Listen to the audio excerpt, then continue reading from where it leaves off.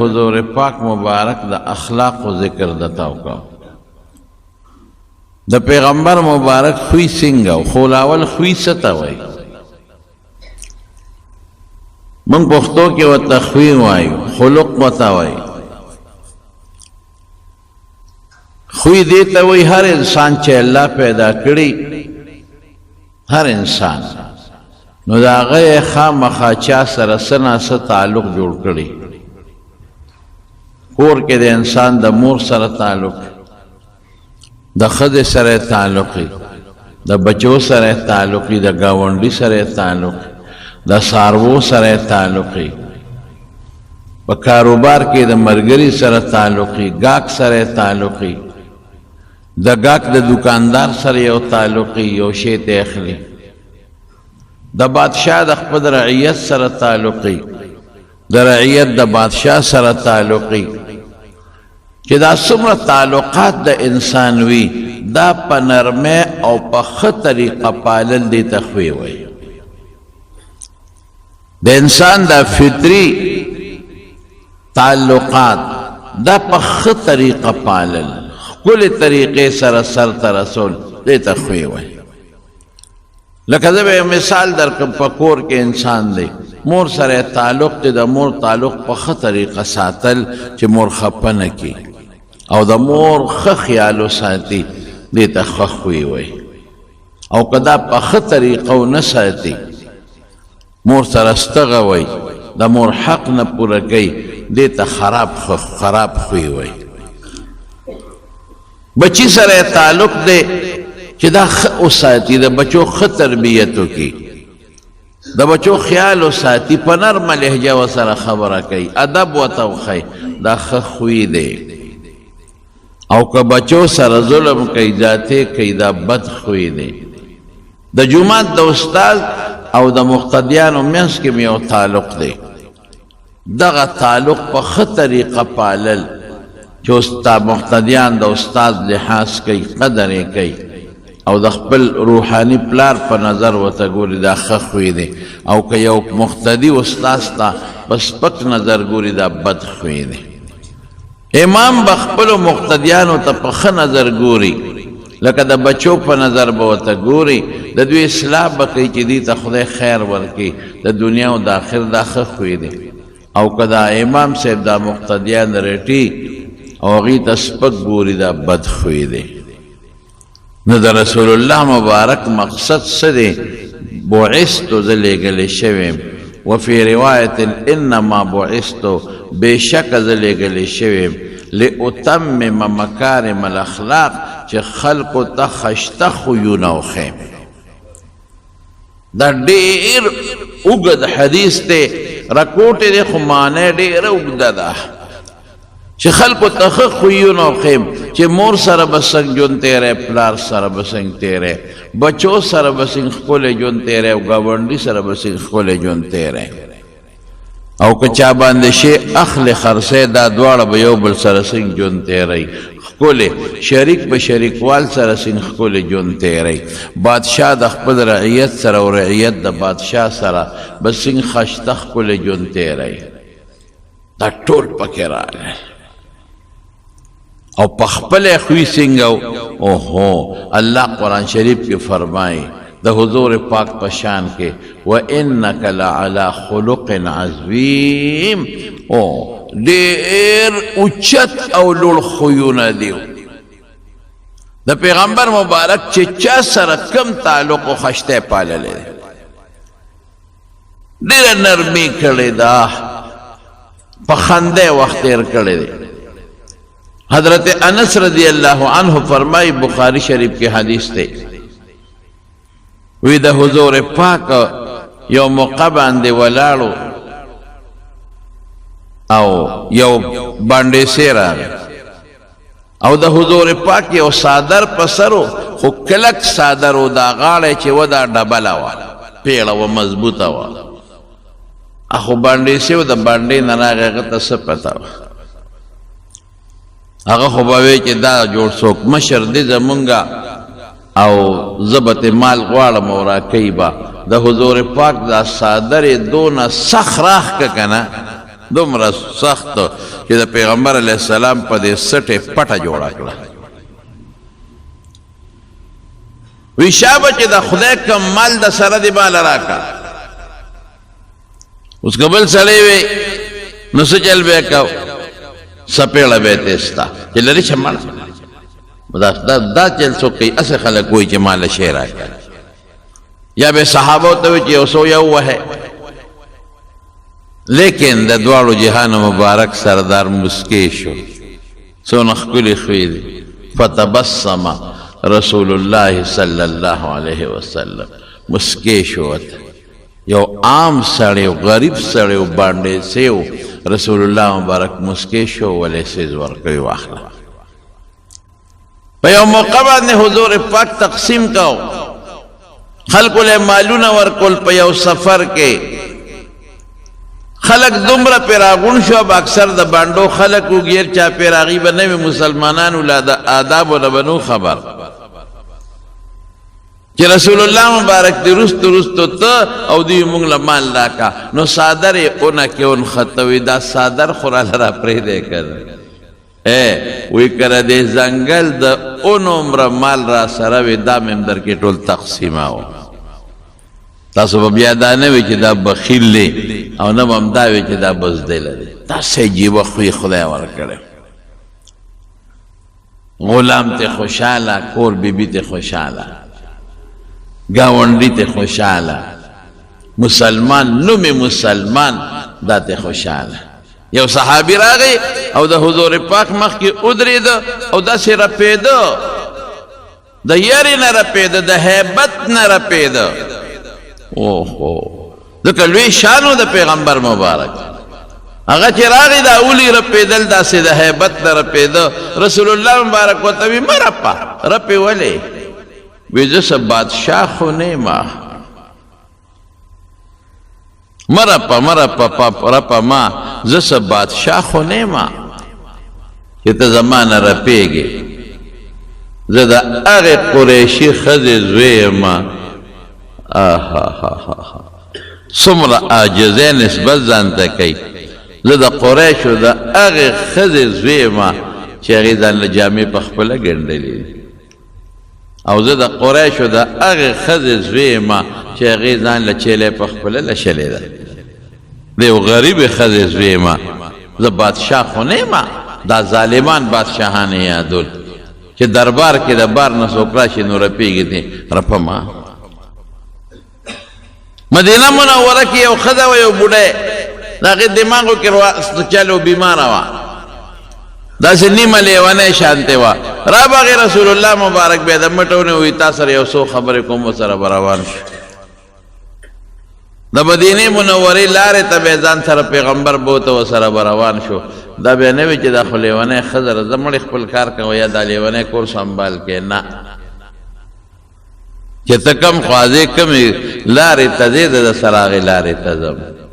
څومره ښکلې خوی انکا چې قرآن شریف کې الله وی او په تاکیدي الفاظ وی الله وی او دا طالبان نور په دې جمله پوهېږي تاسو عوام پرې نه پوهېږئ انک لعلی خلق عظیم اوهو ان لفظ شو اسمیه جمله ورته دی وی خلق لفظ وسره عظیم لفظ لام راوړل د طالبان پې پوهېږي ډېر عظیم خویونه او پتا کې خشته خویونه نو پیغمبر علیه السلام خو زموږ دپاره اسوه حسنه دی نمونه ده د موږ دپاره ولکم فی رسول الله اسوة حسنة لمن کان یرجو الله والیوم الاخره چې څوک الله او اخر مني د هغه دپاره رسول الله مبارک ښکلې نمونه د هغسې نمونه به ته جوړېږي د هغه خوی ښکلې او نو ښکلې خوی به ځان کې پیدا کړو بد خوی خشه نه دی عبدالله ابن ابی د ټولو منافقانو سردارو هغه کسې کړي دي که نه چې ابوجهل هم هغسې نه دي کړي د حضور پاک په ذاتي ژوند باندې حمله کړې ده د پیغمبر علیه السلام هغه بیبي چې قرآن ورته صدیقه او پاکه ویلې دی په هغې باندې یو سکیم او سازش جوړ کو د بدنامولو کوشش یې وکړ. ابو جهل نیغ په نیغه مقابله کړې ده او پکې مردار شوی دی. امیه نیغ په نیغه مقابله کړې ده پکې مردار شوی دی. لیکن دې سپیره د پیغمبر جامه بدنامولو کوشش وکړ او داسې خطرناک گیم یې وچلو چې عایشه صدیقه به بدنامه کو، دا داغ به تر قیامته پورې د پیغمبر په جامه راشي. او دویم د ابوبکر او د حضور پاک په منځ کې روانه راشي. دی نږدې ملګری دی، ولې چې لور وله پرېږدي نو پلار پې خامخا خفه کېږي. داسې سکیم یې وجنګاو، داسې سازش یې وچله. رسول الله مبارک یې دومره خفه که که نه چې دا زړه یې وله ودړداو چې په یو موقع کې رسول الله مبارک په دغه کې یو میټینګ کوي او مشوره کوي او ټولو صحابو ته وایي ما به د عبدالله ابن ابی نه څوک خلاص کړي. دې ظالم خو وایي زما پس د ژوند حمله وکړله، ده خو زه ډېر زیات خفه کړم، ده خو زما زړه دړدولی دی، ده نه به مې څوک خلاص کړي. دومره خفه هغه بیبي چې قرآن کې الله فرمایي اولئک مبرؤون مما یقولون لهم مغفره ورزق کریم. غالبا وی دی پاک خلق دی، الله ورته پاکه ویلې ده، الله ورته جنتي ویلې ده، الله ورته ویلې دي چې دا ما بخلې ده، الله و پیغمبر مبارک ته ویلې دي د عایشې صدیقې په حق کې وی دا به ستا په جنت کې ښځی، جنت کې به دې بیبي وي. لیکن دومره هغه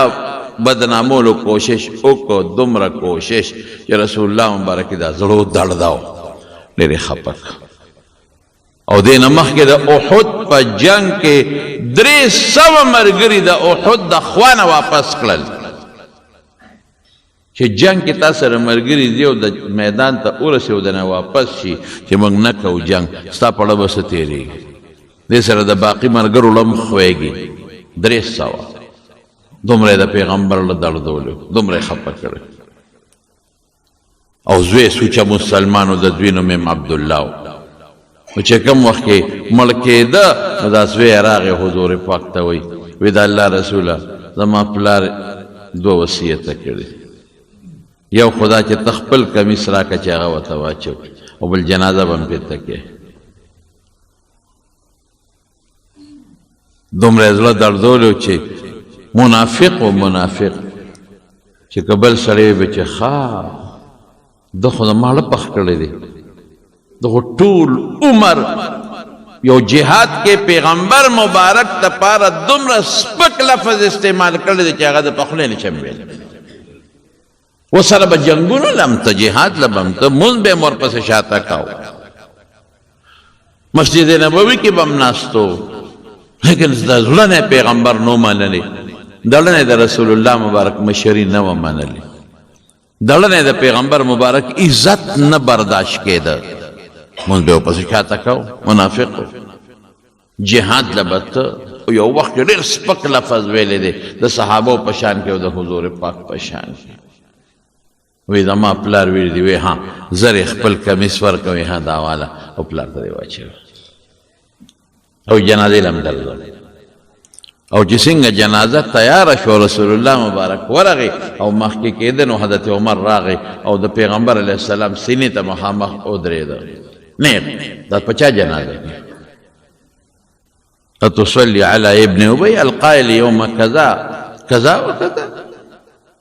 یا دې نه دي پلان کې ورو دي دا چل کړی، هغه جنګ کې تا ته څه ویلي دي، ستا په حق کې څه ویلي دي، او ستا پاکه بیبي دپاره د بېعزتۍ څونه کوشش کړی دی، دی ویلي دي دی ویلي دي دی ویلي دي دی ویلي دي. ته دې منافق باندې دا د حضرت عمر الفاظ و قسم په خدای د عمر په شان غیرتي شخصیت نو. ځکه د چا چې پلار مړي که نه که هغه ډېر خراب وي خو هغه وخت سره بچي خفوي، هسې یو خراب سړی وي، یو بدماش سړی وي، یو ډاکو سړی وي، یو غل سړی وي او هغه مړ شي د هغه د بچو مخکې ته ویلی شي چې دا غل نه شوي وجنې داغه د بچو مخکې ته داغه بد ویلی شي نه نشي ویلی لیکن داغه د ټول قوم او د بچو په مخکې حضرت عمر وی د جنازې په موقع وی وره د چا جنازې له به داغه د پلار چې د چا د پلار جنازې ته داغه بد ووایه په هغه میدان کې په هغه جنازګاه کې خدای شته چې خنې ونې دي او حضرت عمر هغه میدان کې د هغه بچو د قوم مخکې رسول الله مبارک ته وی ته په دې منافق جنازه کې تصلي علی هذا المنافق ور منافق دا هغه منافق ته چې پلان کې روز دا ویلي پلان کې روز دا پلان کې روز دا رسول الله مبارک تبسم مسکی شوی دار سره ته یاد کړل دې ته خوې وي مسکی شو خو چې عمر ډېر تنګ کنه ورته وی عمر کوم جنازه وی تا ته خدای نه دی ویلې ان تستغفر لهم او لا تستغفر لهم ان تستغفر لهم 70 مره کوي او یا کرته ولا بخنه غواړي نه بخم نو جنازه کې خو یو ځل بخنه غواړي خدای وی کا او یا ځل بخنه ورغله غواړي نو زینب بخم رسول الله مبارک عمر کما ته پته ولګي کنه دې ته رحم وای کما ته پته ولګي دا منافق دا زما لې پړسولې دي زما لې موقع په موقع سوځولې دي دا منافق کما ته پته ولګي چې دا او یو کرتو نه په زیاته بخنه الله بخي دا او یو نه ولا زیاته بخنه غواړم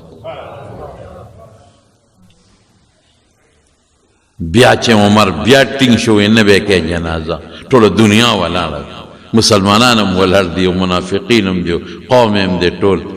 نو یو عمر دلته راشي انی اريد ان یسلم الف من قومه زما دا خوښه ده چې د جنازه وکم دا رستو قوم خدای سم کی یو احسان پیړم اخران رستو شه نو جنازه په وکړه او څنګه جنازه په وکړه چې قوم خوشاله شي چې څوک دا نه وي چې پیغمبر مبارک دستغه جواب پستغه کوي د پیغمبر په صفاتو کې دا صفاتو عائشہ بی بی فرمایي چې دستغه جواب به پستغه نه کاو د سخت جواب به په سخت نه کاو عفو به کولا ز عفو کوم نن دنیا ته خیمه دا د پیغمبر خو دې ټوله دنیا ته خو له چې ما دا خو د سکول ما ور سره سوکل د قبر نه راوستو خپل لاړې مبارکې په پوره کړې لاړې او خپل قمیص یې وته واچو او عمر ته عمره د کافر مړ د کافر زما قمیص ته تاسو فایده نه ورکې زما لاړې د پورې مګل اس فایده نه ورکې او پرېږه دا دنیا ته یو تاریخ خیمه الله دا غي برکت سمره وکړو دا هغه چې سمره قوم او ټول منافقین الله سوچه مسلمانان کړ دیوی جنازه د برکت او الله پاک رستو آیت نازل کا ولا تصلي على احد منهم مات ابدا ولا تقم على قبره چې بیا دینه پس بدبن منافق جنازه کې بس دا دروازه بند شي د کافر جنازه او د منافق جنازه بند لیکن د پیغمبر شان ته وګوره او دا غي برکت ته وګوره دا د حضور پاک خوی دی خپل خوی خدای ورکړ قشته خوی تیر جمعه مې د تپدی بیان نه کړ خذ العفو د عفو لمن نساء وامر بالعرف وخلق تخي خبر وکا خشتا واعرض عن الجاهلين او کسب جاهلان د جهالت نه کار اخلي مخته او فرمان بس د خپل خوی عائشہ صدیقہ رضی اللہ تعالی عنہا فرمائی وی قسم دې پکور کې به ګډه چیلې ځنه پخپل لشله نه حبیبیان دې پخپل لش او چې جامه به اوښلې د پخپل به ګندلا او چې پیزار به اوښلې د پخپل به ګند او کله کور برقه به اوښلې د پخپل به ګندلا او موږ سره به پکور کې کار کوو د زنانو سره به خپل کار موږ سره کوو نه بیبیان دي او څه فرمای ما ضرب امرأة ولا خادما قط یو بیبی یو نوکر غلام چته وهل نه دي دا الله د پاره وال کړی دي او نه بیبی له ډب ور کړی دي چته څوک ثابتولی نشي چې بیبی له ډب ور کړی دي او نه چته غلام او خادم له ډب ور کړی دي څومره خخوي مونږ خو بیا کوتک ته ګوتی خذو سره خو بیا ډېر ظلم کېږي ډېر ظلم کېږي وهل ټکول کنزل ستغې سپورې دا زمونږ عادت دی خویندو باندې خلک ورځي نو د خورسونو احترام دی خویندې وهي مور باندې ورځي مور وایي په پلار ورغر وایي پلار وایي دا مونږ پرې نه ښودل مور او پلار هم پرې نه ښودل ښځه هم پرې نه ښوده په معمولي خبره دړمنه کې دړمنه بانه ورته جوړه کړي وړه غوندې بانه او په هغې ظلم کوي ورسره زیاتې کړي په لوڼو ظلم په خویندو ظلم په بچو ظلم یوازې مونځ کافي نه دی وروڼو ګورئ یوازې په مونځ نه خلاصېږي یوازې په تهجدو نه خلاصېږي یوازې په صدقو نه خلاصېږي یوازې په روجو نه خلاصېږي خلاصېږي به په ښه خوی چې ښه خوی در کې وي بهترین خوی بس دا د کامیابۍ نښه ده که ښه خوی در کې نه که نه دا د ناکامۍ نښه ده نو د حضور پاک خوی ښکلی او مزېدار په یو سفر کې صحابه وایي په سفر چې به مونږ روانو او یو ځای کې به هم دمه کوله نو چې کومه به ګوره اونه وه او سورې به یې زیات نو به مونږ حضور پاک ته پرېښولې نو مونږ ستړي وو ګرمي وه هلته ډېرې زیاتې اونې وې نو صحابه د هغه اونو لاندې خواره شو پرېوتل او چې کومه اوږوره اونه وه هغه مو حضور پاک ته پرېښولې نبی علیه السلام د هغې اونې لاندې سملاست څه د کافرو یره نه وه د دشمن نو مونږ هم تورې کېښودې او رسول الله صلی الله علیه وسلم خپله تورې اونې تاویزانده کړه دی کې اوس یو کافر راغی غورس وی نوم چې هغه څنګه راغی ویې کتل چې ملګري خو ټول وده دي او نبي علیه السلام هم وده دي نو د حضور پاک توره یې راواغېسته او د تیکې نه یې وویسته خو چې تیکې نه یې څنګه توره ایسته دی کې رسول الله مبارک راویښ شو چې ویې کتل اوس سړي سره توره ده او د تیکې نه بربنډه ده او پیغمبر علیه السلام ته من یمنعک مني څوک به دې رانه بچ کوي مانه به یې څوک خلاصوي اوس واقعي که دغه وخت کې غزار کړی نو ټیک ده چې ده هم سر خوړلی ځکه چې ملګرو به پرېښی نه خو نبي علیه السلام ته خو به تکلیف رسولی حضور پاک ورته وي الله الله به مې دنه بچ کوي بس په هغه د الله نوم سره هیبت راغی پرپېدو شو او توره یې واپس تیکې کې بنده کړه پیغمبر علیه السلام هغه توره راواغېسته او بانډیسي ته وایي اوس به تا رانه څوک بچ کوي زه خو دنه الله بچ کړم تا به څوک بچ کوي لیکن معاف یې کوي زه به چې سم درته نه صحابه پرې راغونډ شو بعضې صحابو د لرې ځای نه ورته ګوتې مړقولې صحابه پرې راغونډ شو لیکن رسول الله مبارک معاف کاړو غږ یې ورته ونه کړ هېڅ شی م ورته ونه ویل او الله د هغې په برکت باندې د نبي علیه السلام د هغه ښه خوی او معافۍ د برکت نه هغه هلک په هغه سات مسلمان کړ صفوان ابن امیه صفوان ابن امیه د امیه زوی او د رسول الله مبارک سخت دشمن او ډېر خطرناک دشمن او نبی علیہ السلام پسې په اجرت د قتل یو سړی کړی اجرت قاتل هغه ته ویې لاړ شه مدینې منورې ته موقع تلاش کو نبی علیہ السلام په توره ومړې که اجرتی قاتل و پسې د مکې نه لېږلی خطرناک اجرتی قاتل هغه اجرتی قاتل نوم عمیر هغه چې اندازې ته داسې کتل لا کتل چې اندازه ګورم چې مې موقع تلاش کم او په رسول الله مبارک غزار وکم په دې دوران کې خدای د هغه په زړه کې اسلام واچو په هغه اجرتي قاتل په اړه کې او بس ورغې رسول الله مبارک ته کېناستو چې کوم د جنگ سامان ورسره هغه یې ورته کېښوده وی د الله رسوله زه خو پیغمبر اسلام پېژنده ځکه د مکې و وی زه خو په یو مقصد راغلی وم خو بس زما توبه ده معافي غواړم ما له خو صفوان ابن امیه پیسې راکړې او دا وسلې هم راکړې چې لاړ شه پیغمبر علیه السلام مړ کړه خو بس زه معافي غواړم تالاش مې وکړو یو څو ورځې له دې موقعو خو په دې څو ورځو کې مې تا ته کتل چې اورېږه دا اندازه مطلب چې دا سړی رښتونی دی که دروغجن پیغمبر دی نو ما ته پته ولګېده چې ته دروغجن پیغمبر نه رښتونی پیغمبر ما ته ایمان وښایه خدای هغه مسلمان کړه ته د پیغمبر په سر پیسې اخېستې اجرتي او خدای مسلمان که د پیغمبر ملګری شو مکه مکرمه چې کله فتح شوه هغه صفوان ابن امیه وتښتېد د مکې نه ما خو په پیغمبر په سر پیسې ورکړې ما به کوم ځای معاف کړي لاړ وتښتېد چې څنګه وتښتېد د مکې نه وایي ځم یمن ته یا شام ته ځم او کله به وي په دریاب کې ځان ورغورځوم بس ځان وجنم ځکه مکه ملک رانه لاړ وطن رانه لاړ موږ به څه ژوندي اوس اقا عمر راغی رسول الله مبارک لا چې د اجرتي قاتل لېږلی او خدای مسلمان کړی ورته الله رسوله صفوان معاف کینا وی کم د راوله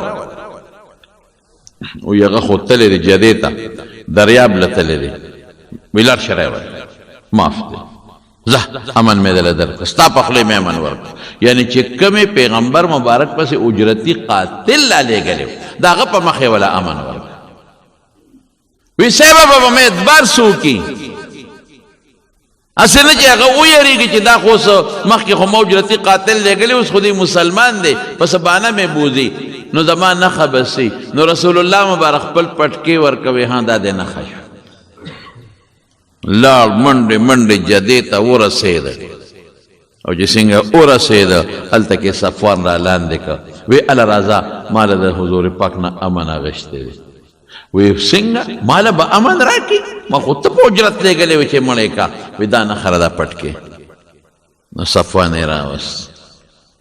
نو چې رسول الله مبارک ته څنګه مخامخ شو نو پیغمبر مبارک ورته اعلان وکړه ځه مه تښته تښتې ولې ما را طرف نه معافې او ورته څه وایي وی اسلام راوړه مسلمان شه وی ما له یو 2 میاشتې مهلت راکړه 2 میاشتې ماله مهلت راکړه رسول الله مبارک ورته فرمایي 2 نه 4 میاشتې تاله مهلت دی ځه او بیا وروسته خدای پاک هغه مسلمان کړه سوچه مسلمان شو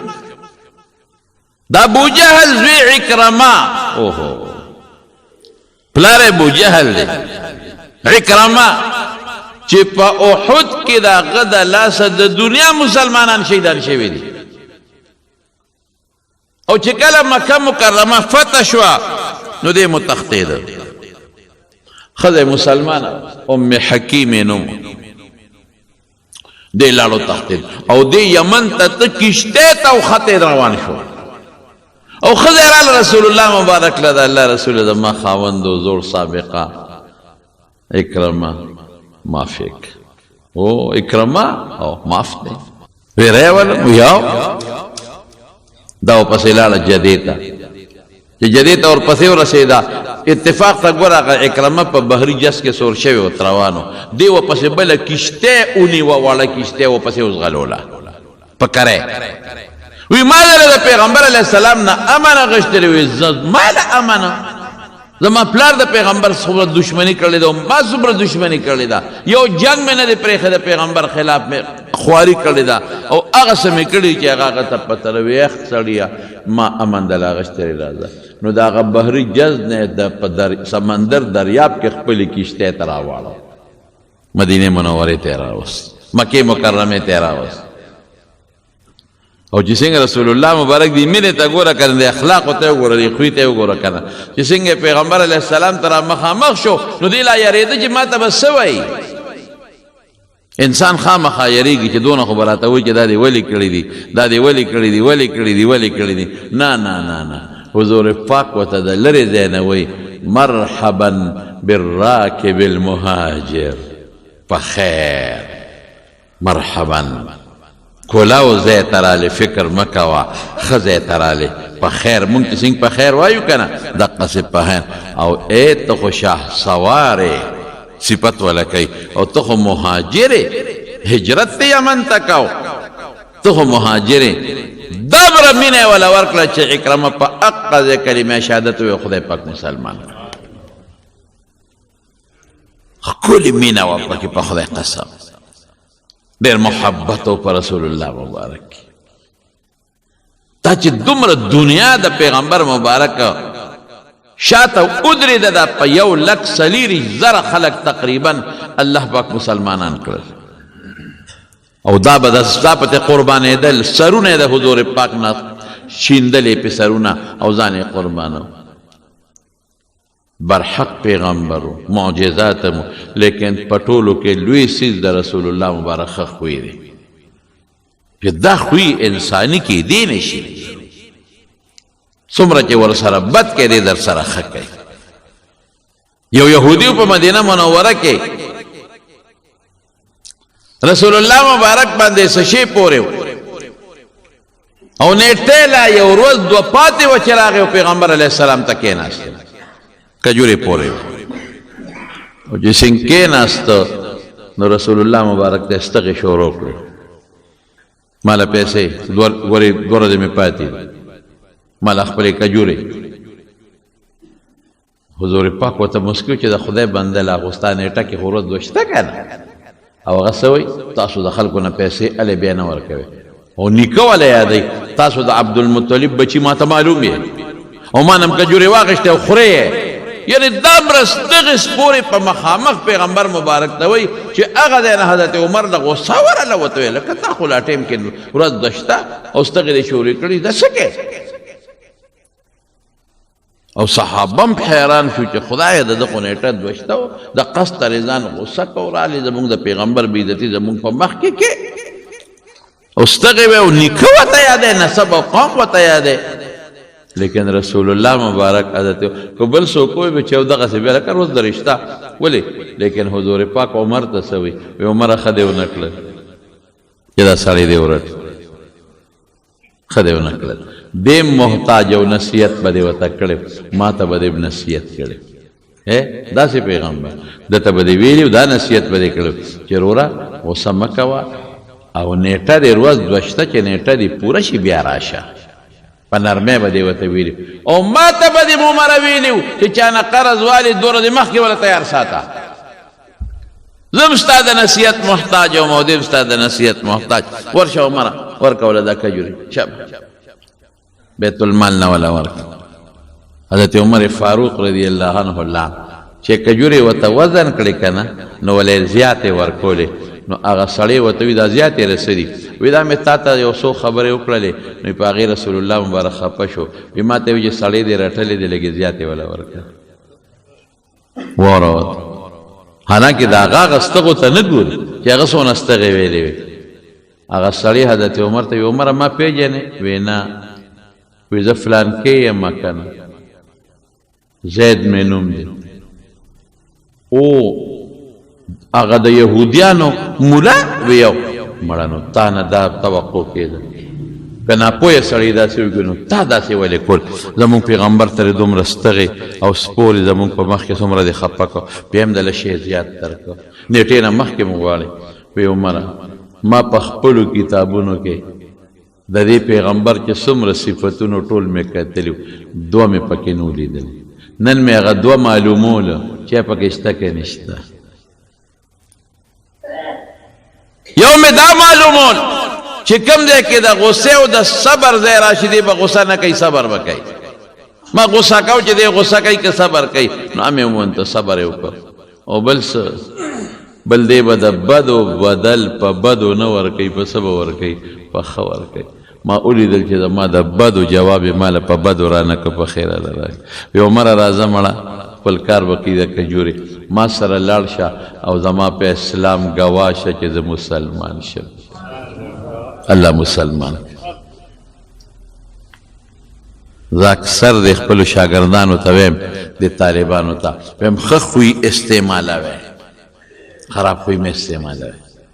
مقتدیانو سره ښه خوی استعمالوئ مینه ورسره کوئ محبت ورسره کوئ او تاسو ته ویم چې د خپل مولا سره خپل استاد سره خپل کور زنانو سره ښځو سره بچو سره ښه خوی استعمال کوئ د خپلو ګاونډیانو سره ښه خوی استعمال کوئ عایشه بیبي فرمایي وی پیغمبر علیه السلام په کور کې ما عاب طعاما قط د ډوډۍ بدې چته نه دي ویلي د حلالې ډوډۍ ان اشتهاه اکله که څه به یې خوښ وو به یې وخوړل او که یو شی به یې نو خوښه نو ترکهو پرې به یې ښود خو بد یې نه دي ویلي چې دا ډوډۍ خو داسې را او موږ څونه چې معمولي غوین ترکاري یخی په کور کې څومره جګړه کوو مالګه چې لږه زیاته یا کمه څومره جګړې کوي چایو کې خواږه لږ زیات او کم کور کې هم څومره نخرې جوړې کړي کور د ښځو سره ښه وي د لوڼو سره ښه وي بچو سره ښه وي ګاونډي سره ښه وي چې خلک ومني چې د ده خوی ښه دی د قوم یو مشر را روانو پیغمبر علیه السلام له ملاقات له راته چې رسول الله مبارک خبر شو نو نبی علیه السلام یې بد ووی بئس اخو العشیره بخاري کې راځي خراب سړی دی د قوم دا مشر خراب سړی دی د دې دپاره وي چې خلک ترې ځان وساتي عقیده یې ټیک نه را خو چې رسول الله مبارک د څنګه راغی او کېناسته نو پیغمبر علیه السلام ورسره ډېره زیاته نرمي وکړه ډېره مینه یې ورسره وکړه او ډېر محبت یې وکړه سړی لاړ عایشه بیبي ورته وی د الله رسوله چې هغه نور راغلی تا وی خراب سړی دی او چې مخامخ در سره کېناست نو هغه له دې دومره توجه ورکړه او دومره نرمي دې وکړه دا ولې عایشې هغه ډېر خراب سړی وي چې د هغه د ژبې نه خلک تنګي څوک وله نه راځي ان من شر الناس من ترکه الناس چې خلک یې پرېږدي اتقاء فحشه چې د خولې نه خلک اوس هم بعضې خلک یي که نه چې ورنږدې کېږي ټک به در کوي داسې وي که نه دا خراب سړی ده د پیغمبر علیه السلام ګنده سړی ویلی چې ورشي څه به ده کې عیب را وبس او بیا څه وایي وی ټک مې وله ورکړی که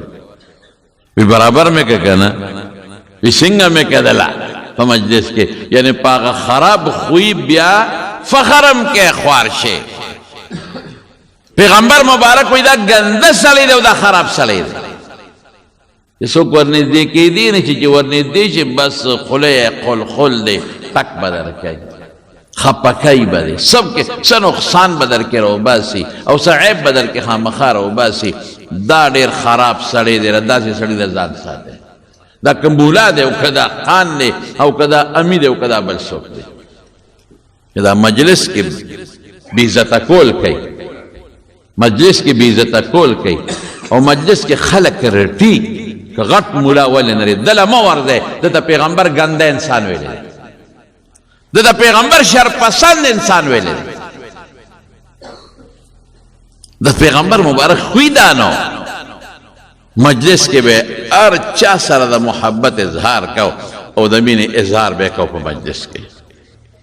یو ځل ورته حضرت ابو هریره رضی الله عنه وی دی پلان کو ته خیرې وکړه وی ابو هریره وی زه خو خدای خیره پخ نه یم را لېږلی وره زه به خیرې کوم زه خیره پخ راغلی یم ولې خیرې وکړم داسې خوی خدای پاک زمونږ د دواړو جهانو مبارک سردار له ورکړی بهترین خوی او د هغې نه علاوه یو سړی راغی نبی کریم صلی الله علیه وسلم نه څه غوښتل هغه موقع باندې پیغمبر مبارک سره سنو نو ورته حضور پاک وی لاړ شه د چا نه زما په سر قرض راواله زه به اخلاص کړم که تاله څوک نه درکوي ما یاد که خلکو ته زه قرض راواله حضرت عمر ورته وی ته خو په دې مکلف یې چې د سره سینو خلکو له ورکوه نو ته به اوس خلکو له قرضونه کې هغه د حضرت عمر خبره پې خو نه لګېده عمر دا دې شو هغه حاجتمند دی ضرورتمند دی پې خو نه لګېده یو بل صحابي مجلس کې ناستو او ته څه وی حضور پاک ته وی د الله رسوله وی خرچه کوه وی د خدای نه مه یېرېږه خدای به یې درکوي ښه نو رسول الله مبارک د هغه په خبره ډېر زیات خوشحاله شو مسکی شو وی بهذا امرني ربي ما ته خپل رب هم دقه ویلی دي چې خرچه کوه خدای به یې درکوي زه به یې درکوم عمره خبره پې خو نه لګېده هغه خبره پې خو لګېده دا د رسول الله صلی الله علیه وسلم خوی خشته خوی مرګرو سره به ناستو حدیث ته ترمذي کې راځي شمایلو کې مرګرو سره بناستو او صحابه څه وایي وی موږ نه به ځان اوچت نه حسابو چې کله به موږ خندل را سره به خندل او که کله به موږ ټوکه ټقاله کوله را سره به خندل او چې د جاهلیت خبرې به مو مخکې کړې نو موږ به ځان پورې خندل چې دا موږ څه کړي دي وی رسول الله مبارک به را سره خندل داسې خشته ښکلې خوی او کله به ټوکې ټقالې هم صحابو سره کولې خوش طبیعتي هم کوله دا تش دا تندې نه کې دا ګونجي کې بعد سړی او هر وخت بس داسې ناست دی چې سلې وجلې دي دا خوی د پیغمبر مبارک نو رول تندې به په خدای قسم وی چې موږ به پیغمبر مبارک د دې رول تندې نه معلومو خشته تندې سپینه مو خشته او رون به مزیدار دا تروشو دغه چې به دا هر وخت لکه د بشیر جان د تندې را ګونجي کړي بشیر جان ښه سړی دی چې خوش طبي ورسره کوم داسې تندې نو چې بس را ګونجې تندې وي یاره یو شیز په ده کې دی دی غصناک ډېر زیات دی دی غصناک دی هلکه دا غصه له ځان نه وباسه موږ هم ته کله کله یریږو دا غصه پکې شته لیکن حضور پاک مبارک هغه کې دا شی نو تندې مبارک به کوله او خوش طبي به کوله یو ښځه ولا راله وی ما ته دوا وکړه چې خدای مې جنت ته بوځي وی بوډاګانې خو به جنت ته نه دي دا ګوره خوش طبیعتي شوه ښځه په ژړا شوه چې بوډۍ به جنت ته نه ځي نو حضور پاک زر وی نه وی بوډۍ به نه ځي تا به خدای ځوانه کي پیغله به دي کي نو جنت ته به ځې یو بل سړی راغی ماله یو اوښ راکه زه پې سفر کوم وی دله د اوښ یو بچی ورکې وی د اوښ په بچي څه کوم د اوښ په بچي د سفر کولی شم زه اوښ غواړم ولې وی اوښ د اوښ بچی نیسه اوښ خو د اوښ بچی وي که یو صحابي و د بانډۍ نه به نبي علیه السلام له سبزي راوړله محبت یې کنه چې څوک چاله ځي څه شی یوسي سبزي به یې راوړله نو یو ځل هغه په مدینې بازار کې ناست او سودای سبزي خرڅوله او دا رنګ نه لګي یو فوټې داسې ډولې نه حضور پاک غلی غلی شاته ورغی او شاته ورته کېناست او د شان یې وله په دې سترګو لاس کېښود خلک کوي دوستانو سره لاس کېښود هغه نو لیدلې وی من هو څوک دی څوک دی څوک دی نبی علیہ السلام مسکی مسکی او خلق هم مسکی چې دا به حضور پاک څه کوي داسې مینه داسې چې هغه د اسمخ اړه چې وې کتل په دې ګوټونو کې حضور پاک صحیح کړ دا خو رسول الله مبارک زر یې لاس شاته تو کړل او د پیغمبر علیه السلام په دې سینې پورې ځان مګل شروع کړل حضور پاک لاس پرېښود په سر یې ورې لاس کېښود وی د امرایې خرڅوم په څو به یې والې امرایې خو نو ګپې لګه د امرایې خرڅوم په څو به یې والې وی د الله رسوله ګورې که دې خرڅ کړم نو کوټه به وخېږم درته به مې څوک واپس کړي په ما څوک څه کوي حضور پاک څه وایي لکنک لست عند الله بکاسدن که خلقو ته کوټه ښکاري خو د خدای په نس ښکاره یې کاره د الله په نس کوټه نه غلامانو سره ښځې سره ګاونډي سره ډېر خشته خوي او چې الله وی بهترین خوي نو دې کې څه او راغلی دی له دې اتمم مکارم الاخلاق چې خلقو ته ښه خویونه وښیم